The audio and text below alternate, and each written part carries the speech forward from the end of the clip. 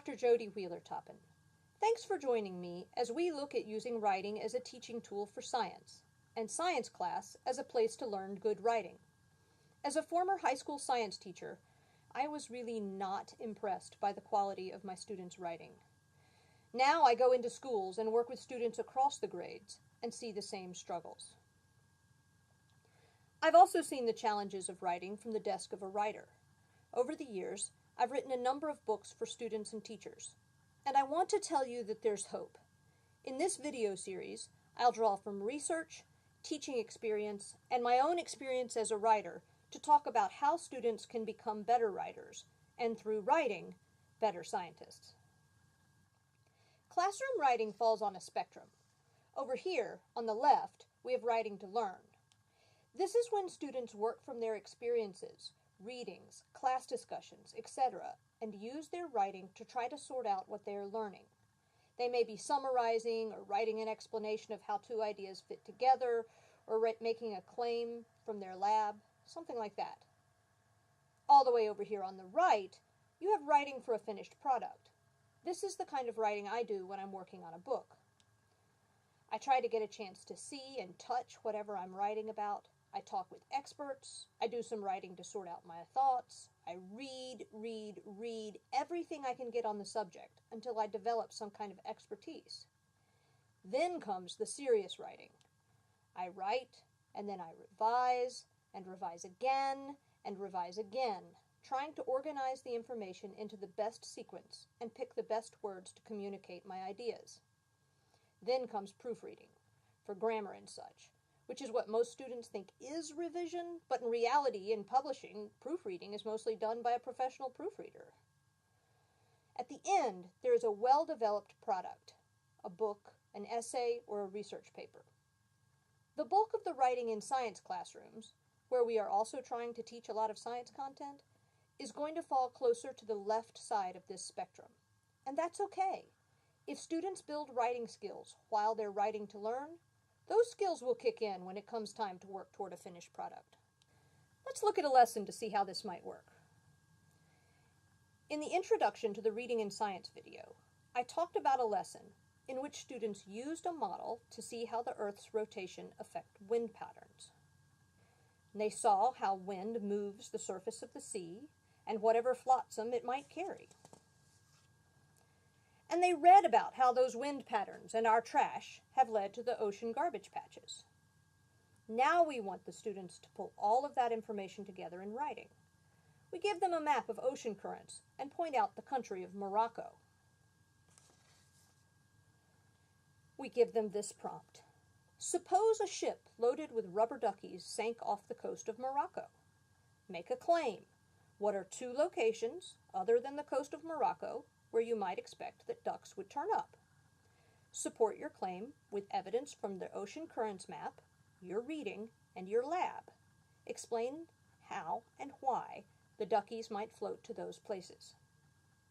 Now, if we just turn them loose there, we're likely to get a fairly simplistic response, like along Cuba and Florida because that's where the current goes. So we're going to spend a few minutes in pre-writing, which will help students organize their ideas and also give them a sense of the breadth of the response that we're looking for. For this assignment, we'll go with two pre-writing questions. First, we'll ask, what science vocabulary words might you use in your answer? Because of the nature of this topic, students may generate a long list of possible vocabulary words. We'll put them all up on the board. And then I may specify that for this assignment, there are a subset of these words that I do expect to see in their response. Then we're going to ask them to think about some writing words, or some signal words that might help them show relationships between the ideas in their writing. Let's assume we've talked about signal words before, so we ask them for some words that might help them talk about cause and effect, and they offer several. Because, therefore, leads to, as a result of. We turn them loose to write, moving around the room to see how they're doing and watching to see that they are writing at the depth that we're looking for. We collect the paper and end up with responses more like this. The ducks would end up along the east coast, like in Florida and Georgia. This is because the north equatorial current goes there after leaving Morocco. The current travels in a circle because of the Coriolis effect. Wind blows from cold temperatures to warmer places, but the Earth's rotation is going at the same time, so the wind curves. As a result, the wind ends up blowing the ducks in a circle. If we wanted, we could push them toward a more finished product.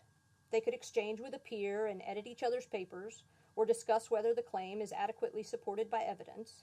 We could have them read it out loud to see if it reads smoothly and if there are any sentences that should be rearranged. But in this case, I'm just going to sort the papers quickly into 3 piles. Students who clearly understood, students who obviously didn't, and students whose writing was unclear. I can revisit the concept with students who didn't get it, and if most of my students land in the understood pile, I know we're ready to move on. This global currents lesson is set up using a train-style lesson structure. First, students get hands-on experience working with the science concept. In this case, observing how the Earth's rotation affects wind and how wind affects surface currents. Then they read a text to help them pull together the big ideas and the vocabulary for the concept.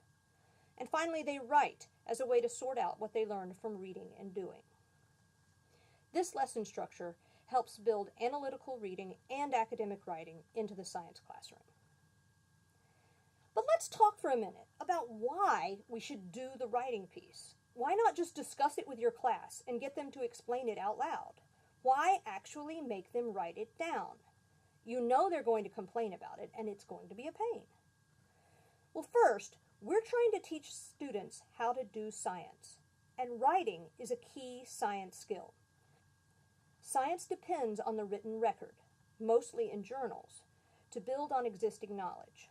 We don't keep repeating the same research because we have a written record of those things that have been done before. Second, writing helps students learn. It forces them to organize their thoughts and find the relationships between ideas. Writing holds ideas in place long enough for students to think about them, so they can write one set of facts and then add new thoughts as they see connections. Writing gets all students to participate. In a class discussion, certain students are always going to be willing to let others take center stage. If they have to write, then everyone has to do the thinking. Third, writing helps you as the teacher spot misconceptions. You can't hear each student's thinking on a topic, but a written record gives you a chance to see what each person in your class is thinking about.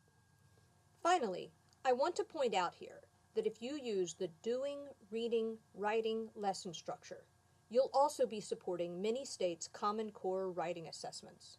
For many of these assessments, students are given 2 documents that they have to analyze and then combine into a logical argument. Assuming your students produce some kind of written observations or lab report from their hands-on work, when they sit down to write, they are working from 2 sources, their lab report and the text they read. So pairing lab work and reading as the preparation for writing builds the same analytical skills they will need for their writing assessments. Hopefully, this series of videos will give you some new ideas and tools. Look for other videos that might be of interest, including signal words for reading, writing, and forming science knowledge, before and after writing, writing about claims, evidence, and reasoning, integrating reading and science, reading strategies 1 and 2.